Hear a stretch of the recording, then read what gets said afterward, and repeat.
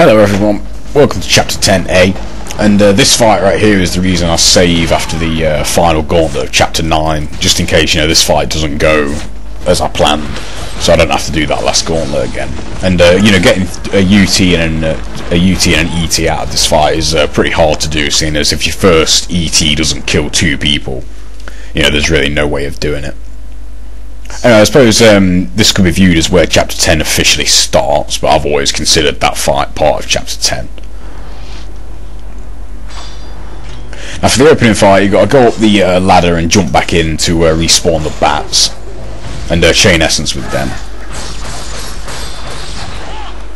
I actually got this fight really well. I got I think it was 6 UTs and an ET, and I actually wasn't recording at the time, and I thought I was, and to get this fight, I was trying to get it the same on video, and I just could not get it, just wasn't having it.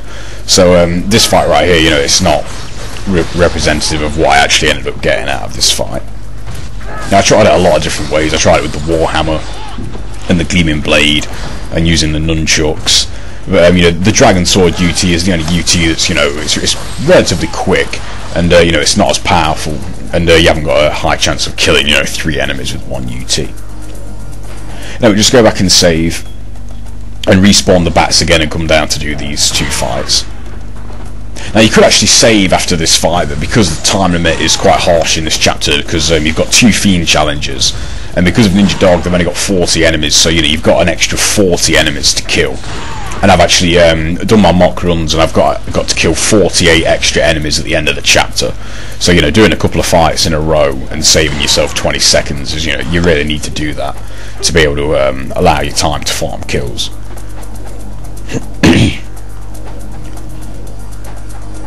Again, just chain that essence, and you can actually, if you get lucky, you can kill 2 enemies at once. The last time in that fight, and chain a UT, but you still got time.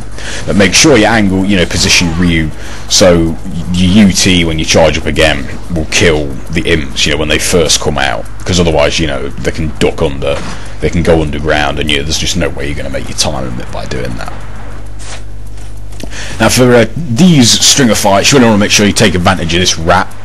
Whenever you go in or out of this room, that rat will always just respawn, and you can just shoot him to get a blue. And it's a great way of chaining UTs to the next, I think, 4 fights. So you really want to make sure you take advantage of that. And again, if there's any wasted movement, coming to this fight, that essence is not going to chain. So you need to make sure you don't waste any movement, like do a wall attack or anything when you don't mean to. That essence won't chain. You just won't have the time. Now you can actually get another ET here, but I tried to get it here, but for some reason I thought I had the Windmill Shuriken equipped, and I didn't. I'm still with the arrows, so I miss out on an ET here. But with the time I actually waste trying to get it, you'd only gain 1,000 points. I actually went back and did it a lot quicker with just 4 UTs, and you only gain 1,000, so I've only lost 1,000 points. And again, there's chain essence from the bat.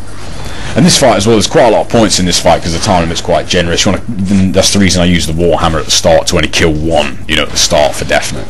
And then go down to the door. I found that, it worked a lot better than coming out, and kill 2 more, and then you should just be able to get single UTs on the rest of them, and get 7 UTs in total. And as I said, the reason I'm using the nunchucks is because it's the weakest UT I've got, and I haven't got a high chance of killing more than 1. But again, this fight and the single worm and the fight after that is all done in one, so I can save myself a bit of time at the end of the chapter, because as I said, I've got a lot of kills to farm because of Ninja Dog, so I need every second I can get. And I could have used the nunchucks again, but I didn't want to risk him ducking under it, or hitting me in my smoke bomb, so I just used the Debilero so I can get a lot of space between me and him, and I don't have to worry about not getting that last UT. Now this is where I get my UF. And this is why it's important you don't actually upgrade it to the UF in chapter 9, because if you do that, you're not going to be able to make your chapter 9 essence bonus, whereas doing it this way, I can make the chapter 9 and chapter 10 essence bonus, so I haven't got to sacrifice any points. And again, here for the worm, just let them hit you, and it takes a while because they're not as aggressive on Ninja Dog and they don't do as much damage, and that's another reason why I don't upgrade my health bar so much. So getting down to low health doesn't take very long. As you can see there, the runes are glowing on the UF, but to get you know, like, so it'll do the maximum amount of damage. Your health bar will flash, like you see how it's on that, it's like flashing red, and that's the health that you want to be at for the low health you have to have, you know, do maximum damage. And I think it was Balbade who first showed that technique. We can just roll into that lightning bolt and charge an ET, and then hit him with that, and then as soon as he comes out, just win path towards him and press X, and you'll kill him in, you know, a few seconds. And as you can see, you know, I get a really good kill bonus for that.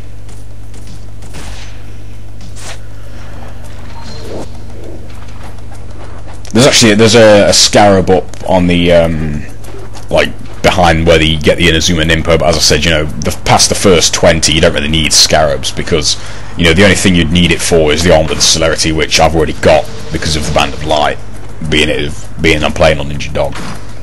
And this again is another fight where you can take advantage of the rat, and it's actually really good, because without being able to absorb all the essence from that essence chest, getting the essence bonus for this chapter would be pretty hard. So, you know, taking advantage of the rat, you know, not only can you get chain, you know, you can chain more UTs and that, but, you know, that's responsible for getting me my essence bonus for this chapter. And this fight, you know, just chaining UTs, you can actually do a no-look one with the Luna, but with how short the time limit is on this fight, I wanted to get 4 UTs. And, you know, if I chained a UT, I'd only ever kill 1 at the start, and, you know, I needed to kill 2 so I could get it in time. And after this, I go back and save at the near where you get the insect key. Now, this fight is actually not, again, representative of what I got. To just make sure it was possible to get 4 UTs, I tried this fight, and I actually ended up getting 4 UTs and an ET when I did it on that try. And the extra ET at the end, you know, was really lucky. You know, there's no way I'd have got that again, and I just really couldn't be bothered to mess with it. And I actually opened the box that's got that, I think it's a Great Spirit Elixir in it, and that's a really useful technique to get, you know, an extra ET in here and there. Because when you open the box in a fight, you know, the time limit will freeze, but the enemies will carry on dissolving. So you don't need to, you know, mess around with making sure you can squeeze in your UTs with that. It's a really useful technique. And technique for that is obviously make sure you got Arm of the Sun on. And I think it was Kiora who first showed that, like, double blade of Natari technique. And as I say, you know, with being Ninja Dog being very easy, it actually kills them in 1. So, you know, you get a really good kill bonus for that.